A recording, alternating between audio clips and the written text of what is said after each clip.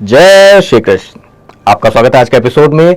आज हम बात करने जा रहे हैं कि कोई भी ग्रह आपकी लाइफ में कब प्रभाव डालता है, क्या प्रभाव डालता है। ये तो आपने बहुत लोगों से सुना होगा कि ये ग्रह आपकी कुंडली में बड़ा अच्छा है, ये ग्रह आपकी कुंडली में बड़ा खराब है, लेकिन उसके अच्छे या खराब फल आपको मिलेंगे कब, टाइमिंग ऑफ इवेंट, कब आपकी लाइफ में वो घटना होगी, कब आप गाड़ी खरीदोगे, कब आप घर खरीदोगे, कब शादी होगी, कब बच्चे होंगे, कब प्रमोशन होगा, इस चीज के बारे में आज हम बात करने जा रहे हैं। कोई भी ग्रह आपकी कुंडली में प्रभाव सबसे ज्यादा तब डालता है जब उसकी महादशा या अंतरदशा आती है। अब महादशा जो है ये एक बहुत लंबा टाइम पीरियड होता है, 6 साल, 19 साल, 10 साल। तो इतने लंबे समय में अगर आप कोई प्रेडिक्शन करोगे कि आपकी शादी 19 साल में हो जाएगी, तो वो प्रेडिक्शन किसी काम का नहीं है, ठीक है ना। तो हम आ जाते हैं अंतरदशा पे। अंतरदशा एक छोटा टाइम पीरियड होता है जो कि साल 6 महीने के अराउंड में किसी भी ग्रह की अंतरदशा समाप्त हो जाती है। लेकिन उस साल 6 महीने में भी उस स्पेसिफिक ग्रह का ज्यादा असर कब मिलेगा और वह ग्रह आपकी लाइफ पे क्या असर डालेगा, आज के एपिसोड में हम ये बात करेंगे। सबसे पहले एक एग्जांपल कुंडली उठा लेते हैं कि किसी भी फ्री कुंडली सॉफ्टवेयर में आप जाके अपना date of birth, time of birth, place of birth डालिए, आपके सामने एक कुंडली खुल जाएगी। किसी भी सॉफ्टवेयर में आपने कुंडली बनाई हो, थोड़ा बहुत स्क्रॉल कीजिएगा, आपको उसमें महादशा अंतरदशा भी बहुत इजीली दिख जाएगी, ठीक है ना। एग्जांपल के तौर पे मैं अपने हर एक वीडियो में ये बताता हूं कि आपकी कुंडली का फर्स्ट हाउस ये है, सेकंड ये है, third, fourth, fifth, sixth, seventh, eighth, ninth, 10th, 11th और 12th, ठीक है ना। अगर आप मेरे वीडियोस देखते हो, आप ये बहुत अच्छे से समझ चुके हो। आपकी कुंडली हो, पड़ोसी की कुंडली हो, विदेश में रहने वाले किसी इंसान की कुंडली हो, सबके लिए 6th हाउस यही है, सबके लिए 10th हाउस यही है, सबके लिए 1st हाउस यही है। हाउस कभी चेंज नहीं होते, ठीक है ना। आपने जो घर आज की डेट में आप जिस घर में रह रहे हो सकता है आपने किसी और से खरीदा हो, आप बेच दोगे, इसका मालिक कल कोई और हो जाए, हाउस तो उठ के अपनी जगह नहीं चेंज करेगा ना। सेम कुंडली का कॉन्सेप्ट है कि 4th हाउस सबके लिए यही रहेगा। हाँ, आपकी कुंडली में हो सकता है यहां पे नंबर कुछ और लिखे हुए, जो नंबर आपकी कुंडली में जहां कहीं पे भी लिखा हुआ है वो बताता है कि आपकी कुंडली में कौन सी राशि कहां बैठी हुई है, ठीक है ना। फॉर एन एग्जाम्पल, अगर मान लीजिए यहां पे 2 लिखा है तो यहां 3 होगा, यहां 4 होगा, यहां 5 होगा, यहां 6 होगा, 7 हो गया, 8 हो गया, 9 हो गया, 10 हो गया, 11, 12 और 1, ठीक है ना। अब ये राशियां हैं, राशियों का नाम क्यों नहीं लिखा जाता, क्योंकि फिक्स सीक्वेंस है। मेष, वृष, मिथुन, कर्क, सिंह, कन्या, तुला, वृश्चिक, धनु, मकर, कुंभ, मीन। तो किसी भी हाउस में जितना नंबर लिखा है वहां पे उस नंबर की राशि बैठी है और उस राशि के स्वामी उस हाउस के स्वामी कहलाते हैं। फॉर एन एग्जाम्पल, ये 4 नंबर का हाउस है जहां पे 5 नंबर की राशि बैठी है जिसके स्वामी होते हैं सूर्य, ठीक है ना। अब मान लो सूर्य यहां पे बैठे हैं तो कहा जाएगा कि 4th हाउस के मालिक 7th हाउस में बैठे हुए हैं, ठीक है ना। As simple as that. अब मान लीजिए सूर्य की आपकी अंतरदशा चल रही होगी तो ये आपकी लाइफ पे कैसे इफेक्ट डालेगी। अब ये सेम कॉन्सेप्ट जो है ये आप दूसरे ग्रहों पे भी लगा सकते हो कि इस हाउस का मालिक यहां पे बैठा हुआ है, इस हाउस का मालिक यहां पे बैठा हुआ है, तो आपकी लाइफ में ये किस तरीके से क्या प्रभाव डालेंगे, कॉन्सेप्ट एग्जैक्टली सेम रहेगा, बस ग्रह बदल जाएंगे, हाउस बदल जाएंगे तो उनका परिणाम बदल जाएगा, ठीक है ना। स्टार्ट करते हैं कि क्या क्या प्रभाव आपको देखने को मिलेंगे। अगर मान लीजिए इस कुंडली में सूर्य की अंतरदशा चल रही हो तो सबसे पहले सूर्य किसका प्रभाव देंगे, जिस हाउस में बैठे हैं, ठीक है ना, जहां बैठे हैं, ठीक है। पहला प्रभाव ये उस चीज का देंगे, मतलब 7th हाउस में बैठे हैं, आपको शादी आपकी हो सकती है, कोई नया बिजनेस वेंचर शुरू हो सकता है, किसी तरीके की पार्टनरशिप आपको मिल सकती है। कब मिलेगी अभी बताऊंगा, धीरे धीरे सब बताऊंगा, ठीक है ना। लेकिन क्या मिलेगा सबसे पहले वो बता रहा हूं कि जहां बैठे हुए हैं सबसे पहले ये उसका फल आपको देंगे। उसके बाद में जिस हाउस के स्वामी हैं, ठीक है ना, बताया था मैंने 4th हाउस के स्वामी है, 5 नंबर की राशि सिंह राशि होती है, उसके स्वामी है, तो जहां के स्वामी हैं, ठीक है, मतलब 4th हाउस के स्वामी है, भूमि, भवन, वाहन का ये हाउस कहा जाता है। इस सूर्य के अंतरदशा के दौरान आप या तो कोई जमीन खरीदोगे या बेचोगे, कोई गाड़ी खरीदोगे या बेचोगे, कोई ना कोई भूमि, भवन, वाहन से रिलेटेड प्रोजेक्ट आप इस टाइम ड्यूरेशन के अंदर जरूर करोगे। कब करोगे अगेन बताता हूं। तीसरी चीज आती है दृष्टि, ठीक है ना। यहां पे इनकी दृष्टि पड़ रही है, ये आता है 3rd पॉइंट, ठीक है ना। अब सूर्य जो है इनकी एक ही दृष्टि होती है, 7वीं दृष्टि, ठीक है ना। 1 2 3 4 5 6 7, मतलब आपको फर्स्ट हाउस से रिलेटेड भी फल देखने को मिलेंगे। फर्स्ट हाउस क्या है? फर्स्ट हाउस आपका खुद का है, सेल्फ का है, ठीक है ना। अब और कौन से ग्रह हाउस के ऊपर दृष्टि डाल रहे हैं, कौन से ग्रह इस हाउस में बैठे हुए हैं, ये डिपेंड करेगा कि आपकी स्वास्थ्य बिगड़ेगी कि सुधरेगी, ठीक है ना। लेकिन आपको स्वास्थ्य से रिलेटेड कोई ना कोई चीज, आपकी पर्सनैलिटी से चेंज होने वाला कोई ना कोई चीज इस ड्यूरेशन में देखने को मिलेगा। अगला आपको देखने को मिलेगा इनकी उच्च और नीच राशि का प्रभाव, ठीक है ना।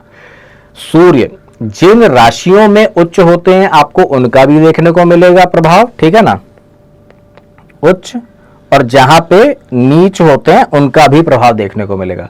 सूर्य उच्च कहां पे होते हैं? यहां पे पहले नंबर की राशि में। नीच कहां होते हैं? 7वें नंबर की राशि में। अब इस कुंडली में सूर्य का 12th हाउस से या 6th हाउस से कोई लेना देना नहीं है, लेकिन क्योंकि सूर्य की उच्च राशि और नीच राशि यहां पे बैठी हैं तो सूर्य के अंतरदशा में ये इसका भी प्रभाव देंगे। तीसरी चीज, राशि तुल्य नवमांश, ठीक है ना। राशि तुल्य नवमांश क्या होता है? राशि तुल्य नवमांश जो होता है वो होता है कि आपकी नवमांश कुंडली में सूर्य जिस राशि में बैठा होगा आपके लग्न कुंडली में ये उस राशि का भी इफेक्ट देंगे, ठीक है ना। अभी मान के चलते हैं हम कि सूर्य 11 नंबर की राशि में बैठा है नवमांश कुंडली में, तो ये 11 नंबर की राशि वाले हाउस मतलब 10th हाउस का भी प्रभाव देगा। लास्ट चीज बच जाती है, सूर्य जिस नक्षत्र में बैठे हैं उस नक्षत्र के लॉर्ड का भी प्रभाव आपके लाइफ में देखने को मिलेगा, ठीक है ना। नक्षत्र स्वामी, ठीक है। नक्षत्र स्वामी कैसे निकाला जाता है? बहुत इजी है। जो कुंडली आपने बनाई है उसी में आप देखोगे तो आगे दिखा देगा सूर्य किस नक्षत्र में बैठे हैं, नक्षत्र के लॉर्ड कौन हैं वो आप देख लो, उनका भी प्रभाव आपकी जिंदगी में देखने को मिलेगा। अब ये तो पता चल गया कि भाई सूर्य की अगर अंतरदशा चल रही है तो वो किस किस जगह के असर देंगे। जहां बैठे हैं उसका असर देंगे, जहां के स्वामी है उसका असर देंगे, जहां दृष्टि डाल रहे हैं, जहां पर उच्च के या नीच के हैं, राशि तुल्य नवमांश का देंगे और क्या कहते हैं नक्षत्र स्वामी का देंगे। लेकिन देंगे कब?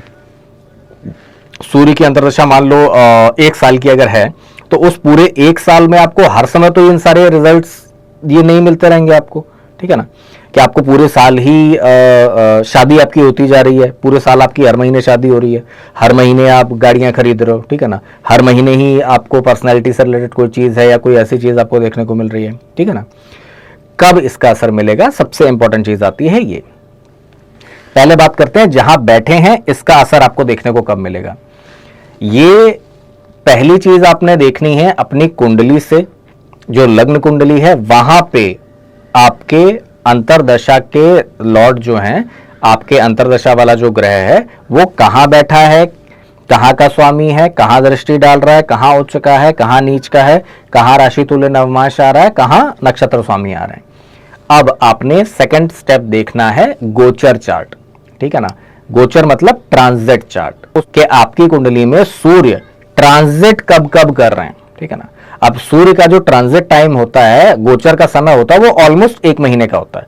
हर महीने की 14 या 15 तारीख को वो ट्रांजिट करते हैं, ठीक है ना। हर महीने की 14 या 15 तारीख के अराउंड में वो अगली राशि में प्रवेश कर जाते हैं, ठीक है ना। तो जब भी सूर्य ट्रांजिट के दौरान उस हाउस में आएंगे जहां वो बैठे हुए हैं, तब आपको उस हाउस के इफेक्ट देखने को मिलेंगे। मतलब पूरा जो साल भर का अंतरदशा का टाइम है उसमें जब गोचर वाले सूर्य, ट्रांजिट वाला सन जो है वो जब नेटल सैटर्न से मतलब आपके लग्न कुंडली के सन से संबंध बनाएगा, तब आपको वहां के असर देखने को मिलेंगे, स्पेशली जब वो उनके साथ में आके बैठ जाए, ठीक है ना। ये भी होता है, कई बार और चीजें देखनी होती है, सन अगर यहां पे बैठेंगे तो साथ में दृष्टि भी इस पे डालेंगे, ठीक है ना, तो भी ये देखने को मिलता है। फर्स्ट चीज क्या हुई, अगर आपके ट्रांजिट वाला सन 7th हाउस में आ जाए या 1st हाउस में आ जाए तो आपकी लाइफ में 7th हाउस से जुड़ी हुई घटनाएं होंगी। 7th हाउस से जुड़ी हुई घटनाओं का क्या मतलब हो गया, आपकी शादी हो सकती है, ठीक है ना, अगर आपकी शादी नहीं हुई है तो ऑब्वियसली ऐसा नहीं है कि शादी हो चुकी है फिर से शादी हो जाए, या फिर 5 साल का बच्चा है उसकी फिर से उसकी शादी हो जाए, ठीक है ना। अगर देश काल पात्र के हिसाब से शादी के योग्य आप हो चुके हैं, शादी आपकी नहीं हुई है, तो ये ड्यूरेशन जब सन ट्रांजिट वाला सन जो है वो आपके नेटल सन के ऊपर से गोचर करे या फिर उनकी दृष्टि इसके ऊपर पड़े, तब आपके जीवन में शादी की घटना होगी, ठीक है ना। अगर शादी हो चुकी है तो हो सकता है किसी तरीके की कोई नई पार्टनरशिप आप फॉर्म करो, कोई नया बिजनेस आप स्टार्ट करो। हर एक हाउस मल्टीपल चीजों के असर देता है ना। 7th हाउस सिर्फ शादी के लिए थोड़ी है, बिजनेस को भी दिखाता है, पार्टनरशिप को भी दिखाता है, और भी कई सारी चीजों को दिखाता है। तो वो सारे फल आपको देखने को मिलेंगे अगर ट्रांजिट वाला सन जो है वो इसके साथ में अपना किसी भी तरीके का कोई संबंध बनाता है तो, ठीक है। तो पहली चीज क्लियर हो गई कि जहां बैठे हैं वहां के ऊपर से जब आपका ट्रांजिट वाला सन निकलेगा तो आपके ऊपर वो असर देगा। सेकंड, जहां के स्वामी हैं, ठीक है ना। रेड वाले जो सन है वो ट्रांजिट वाले सन के तौर पर मैं यूज कर रहा हूं कि अगर ट्रांजिट वाले सन यहां पे आ जाते हैं जहां पे उनकी खुद की राशि है, 5 नंबर राशि सूर्य की राशि होती है। जब ट्रांजिट वाले सन गोचर के जो सूर्य हैं वो अपनी ही राशि के ऊपर आ जाएंगे, तब आपको उस हाउस के रिजल्ट मिलेंगे। 4th हाउस क्या है? भूमि भवन वाहन का।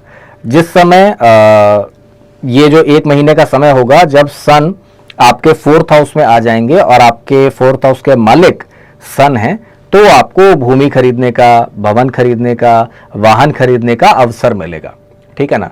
हो सकता है इस दौरान आप कोई नया घर खरीदो, अपना पुराना कोई घर बेचो, नई कोई गाड़ी खरीदो, नया कोई चीज करो या फिर कोई बेचो, उससे रिलेटेड आप कोई ना कोई काम जरूर करोगे, ठीक है ना। ये आपके लिए इसमें देखा जाता है, ठीक है। अब कई लोग इस चीज के बारे में बोलेंगे कि हर एक इंसान खरीद ले या हर एक इंसान कर ले, तो नहीं होता। अरे भाई, हर एक इंसान के में ऐसे संयोग भी नहीं आते, ठीक है ना। जिनके में आते हैं वो चीज करते हैं, ठीक है। तो सेकंड रूल हमारा हो गया, ठीक है। जहां के स्वामी है वहां के असर आपको कब मिलेंगे? थर्ड, जहां कहीं पे भी आपके नेटल सन की दृष्टि जा रही है, ठीक है ना।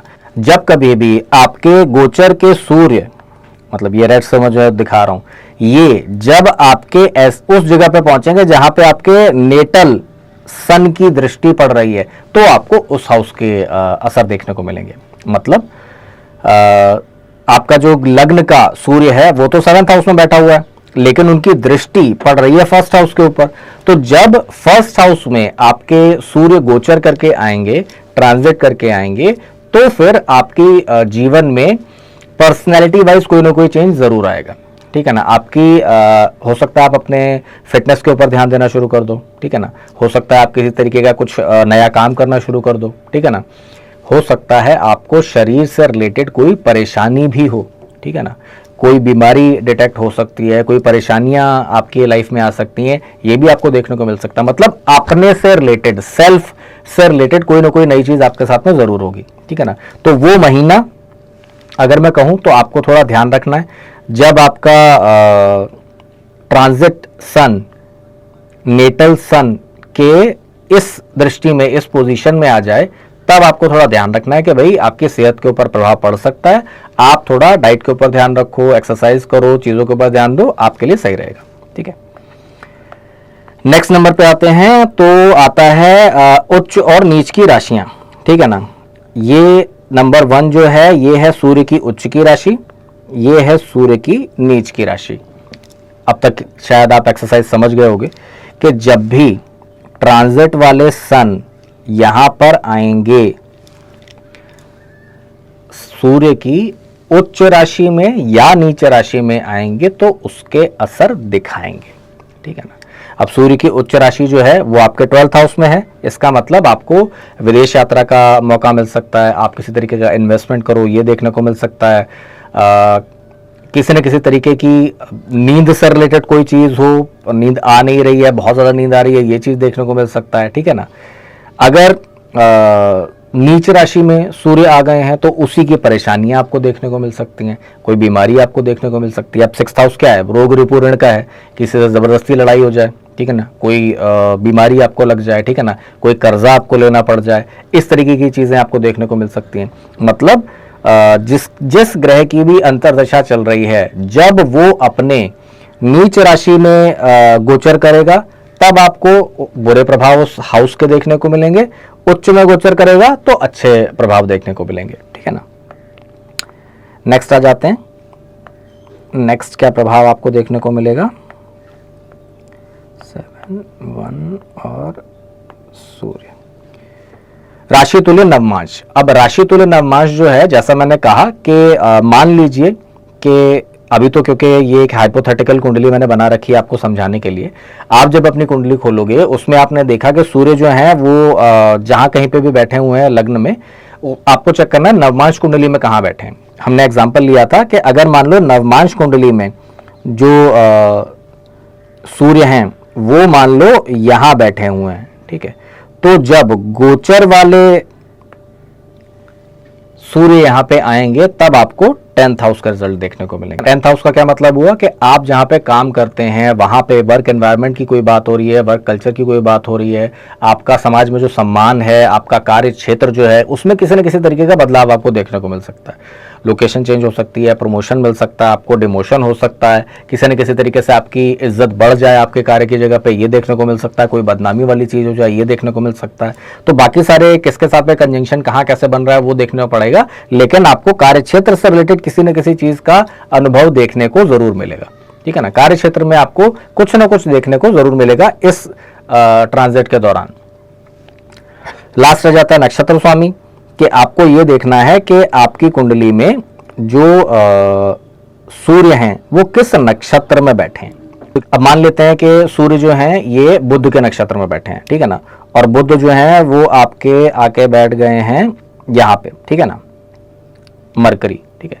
तो जब भी ट्रांजिट वाला सूर्य मरकरी के ऊपर से गुजरेगा, मरकरी से संबंध बनाएगा, मरकरी से किसी भी तरीके का रिलेशन बनाएगा, तो आपको 9th हाउस का प्रभाव देखने को मिलेगा। 9th हाउस मतलब आपको भाग्य का साथ मिलेगा, ठीक है ना। कई चीजों में आपको किस्मत की वजह से लाभ मिलेगा, कई चीजों में आपको किस्मत की वजह से ही किसी तरीके का कोई रिजल्ट मिल जाए, कोई फायदा मिल जाए, ऐसा देखने को मिल सकता है। किस्मत का साथ एक तरीके से अगर कहा जाए तो वो आपको देखने को मिलेगा इस समय के दौरान, ठीक है ना। तो मेजर चीज जो मैं आपको समझाना चाह रहा था, जो आज का टॉपिक था, जो चीज थी वो यही थी कि आपके पूरे के पूरे जीवन में जो ग्रह हैं वो असर तो डालते ही हैं, ठीक है ना, पूरे जीवन में आपके असर डालेंगे। आपकी जिंदगी में कोई भी घटना अगर हो रही है, किसी भी तरीके की चीज अगर हो रही है, तो आपकी जिंदगी में ग्रहों का असर पड़ता है, ठीक है। लेकिन कब वो असर आएगा आपकी लाइफ में, कब आपको प्रमोशन मिलेगा, कब आपको घर खरीदना है, कब आपकी शादी होगी, कब आपके लिए नई कोई चीज होगी, ये कैसे देखा जाता है, इसका एक स्टेप मैंने आज आपको बताया है, ठीक है ना। एस्ट्रोलॉजी में ऐसा कभी नहीं होता कि कोई एक चीज देख के पूरा का पूरा वर्डिक्ट दे दिया जाए कि मैंने बस एक ये चीज देख ली कि ग्रह कहाँ पे बैठा है, किसकी अंतर्दशा चल रही है, कहाँ पे उसका गोचर आ गया और वो चीज 100% होगी। प्रोबेबिलिटीज होती हैं, 100% होता है कि उस चीज की संभावनाएं बन जाएं। शादी का अगर 7th हाउस से संबंध बन रहा है तो शादी के कुछ तो योग बनेंगे। अब वो शादी होगी कि नहीं होगी उसे 2-3 और चीजों से देखना होता है। गाड़ी के योग बन रहे हैं, घर खरीदने के योग बन रहे हैं, योग तो 100% बनेंगे।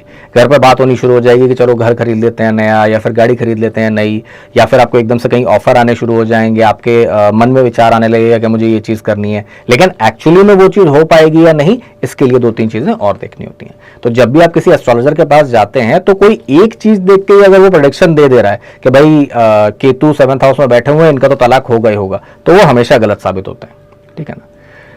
केतु 7th हाउस में बैठ के शादी को परेशान करते हैं, डिसरप्ट करते हैं, लेकिन और भी बहुत सारी चीजें होती हैं जो वहां पे असर डाल रही होती हैं। अगर गुरु की दृष्टि पड़ जाए 7th हाउस पे, नहीं होगी फिर वो घटना, ठीक है ना। फिर कितना ही गोचर आ जाए, कितना ही कुछ भी हो जाए, नहीं होगी वो चीज।